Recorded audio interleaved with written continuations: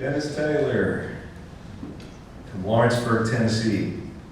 Conference Coach of the Year award 10 times. 10.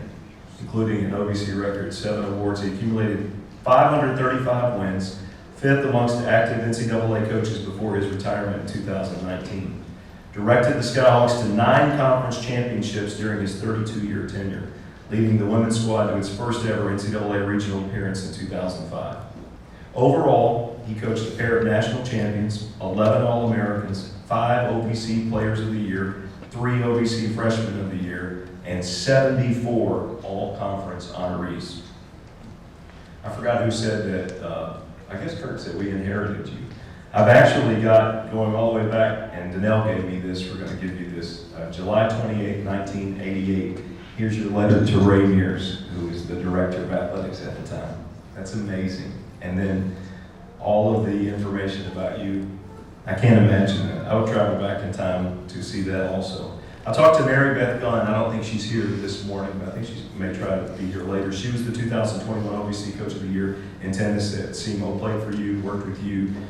She gives you so much credit, as do so many people, for the impact you had not only in her career, but also in her life, saying that you were a guide. You taught us tennis, but also life lessons. You were tough, but you were caring, and you were also always thinking forward. Gina Warren McClure, who's sitting over there, talked about the same thing and how you taught leadership and community service. And my goodness, yes, community service all through those years as the coach, where you gave back to not only this campus, but to Northwest Tennessee, to Martin, and to Weakley County. I knew the first time I talked to you one-on-one during an interview on Skyhawk Talk that you were different. Like, you're not like the average coach. You think outside of the box. You think differently. No stereotypical coach speak. Just completely opposite of what I was expecting. And how creative you are as a coach at a place where sometimes at UT Martin we don't have the resources, so the coaches do have to think outside the box and be resourceful. You're one of the most resourceful people I've ever met in my entire life. Gina called you MacGyver, which I think is fun. Because there was a tennis ball machine, and you'll remember this, and you wanted more flexibility. It was hitting the same shots or sending the same balls at the players over and over, and you wanted it to create different angles and to be compensate for a taller person. So you built a stand and so many things. If you ever walked by the tennis court when Dennis was coaching, he was probably out there. He was probably out there somewhere. And one of the other cool things is that you made tennis fun. Like, tennis and golf are kind of these boring stoic sports where you can't have fun. If there was music blaring from the tennis court, we weren't having a party, we were having practice. And that's really how it happened. And Dennis allowed the players to have fun and encouraged them to have fun. And as a matter of fact, to this day, many of your players say that they are now Eagles fans.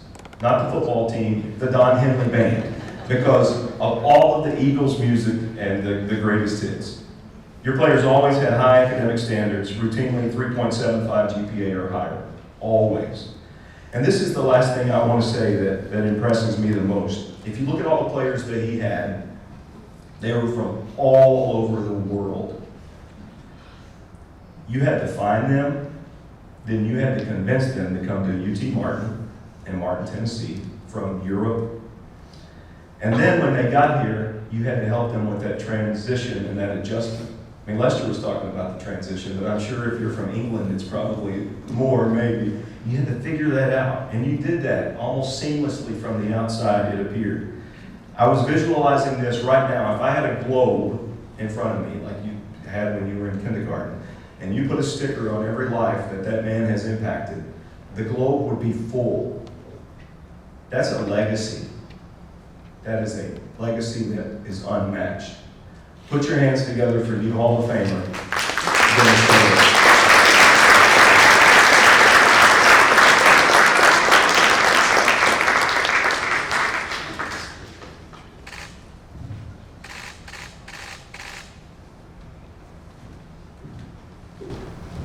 Thank you. You know, Chris has got such a smooth, cool voice, doesn't he? I think he could introduce a serial killer now.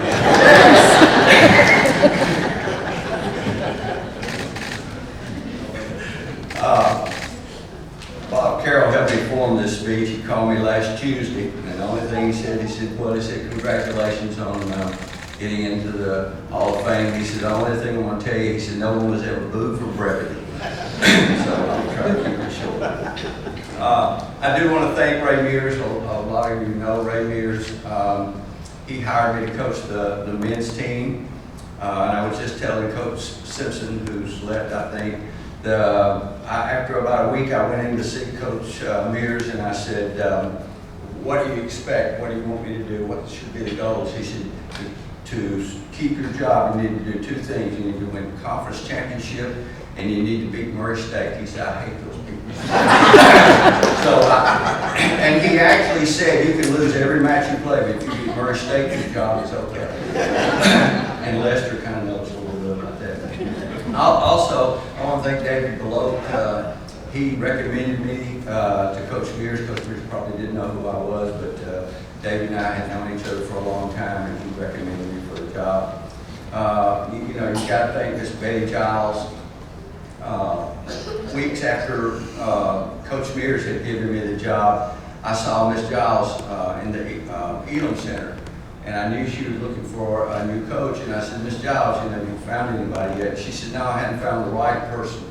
I've interviewed several people, but I just hadn't found the person that I want to run the program. And I said, well, and it was like 2 weeks before school started. And I said, don't rush into it. Don't make some bad decisions. I'll just take the girls at practice, you know, for a few days or a week or so until you can find somebody that you really want. So another week or two went by, and I said, have you found anybody? She says, no, we're still looking. And then at the end of the semester, I said, well, who's coming in first year? We're still looking. So finally, after 32 years, I just gave up on Miss Giles. I wish she was here. I really miss her. Fortunately, I had the was fortunate to coach several championship teams, and we did very well. But the credit for all those championships go to the players. Us coaches, we can come up with all the X's and O's and all the plans that we want to execute, but it's ultimately the players who've got to go out there and go to battle and win those matches.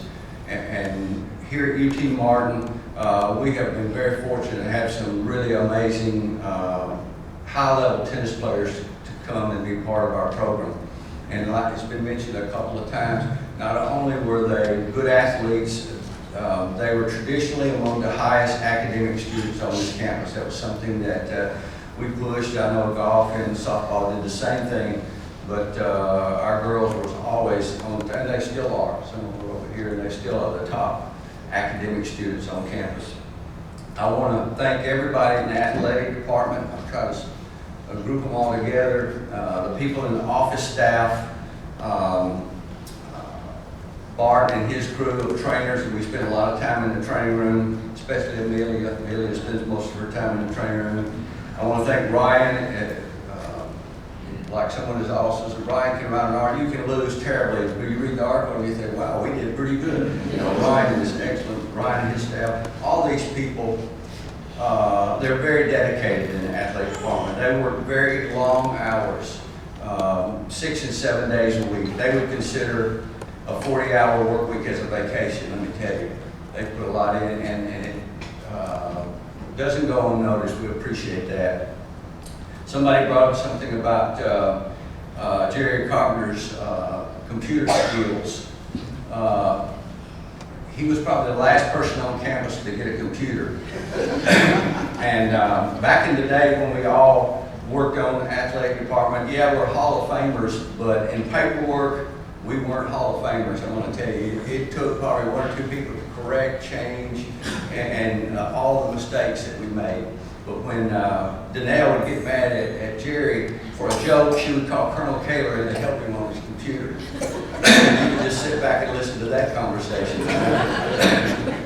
But I do want to thank the athletic department. They do tremendous work. Finally, and most importantly, I want to thank my family, Sandra and my 3 sons, 2 of which could be here today. Chris and Joe are here. Some of you don't know that tennis is played almost year-round. A lot of sports are now, but tennis is always played year-round. You come in the fall, just as soon as the girls get here in the fall, we begin to play our fall tournament season, where you go away and play tournaments all over the country. And that tournament season ends about Thanksgiving or when they go home for Christmas. And then they start right back up again when they come back for January. And then in January, we play our conference championship season. And that lasts right up to the final exams. So for all year, I'm gone. The team and I are gone most of the time. And for 32 years, I was gone most of the time. So Sandra has raised our kids. She got the boys to all the events, took the dog to the vet, paid all the bills, and did all the things that had to be done to run a household. And our team and my success could not have come without her doing all. Plus, she held down a full-time job. So, and now I'm finding out all she's doing because I'm doing most of that now since I retired. Some of it in a man. I can't even get the grass mowed. And so I don't see how she did. So I want to thank her and my family for that. This is an honor. The other coaches and players, this is an honor. We walk by the Elam Center all the time and see those plaques for years and kind of wish that we could line up there. So it's such an honor. It's been a great 32 years, and I enjoyed every minute of it, and I want to thank you so much.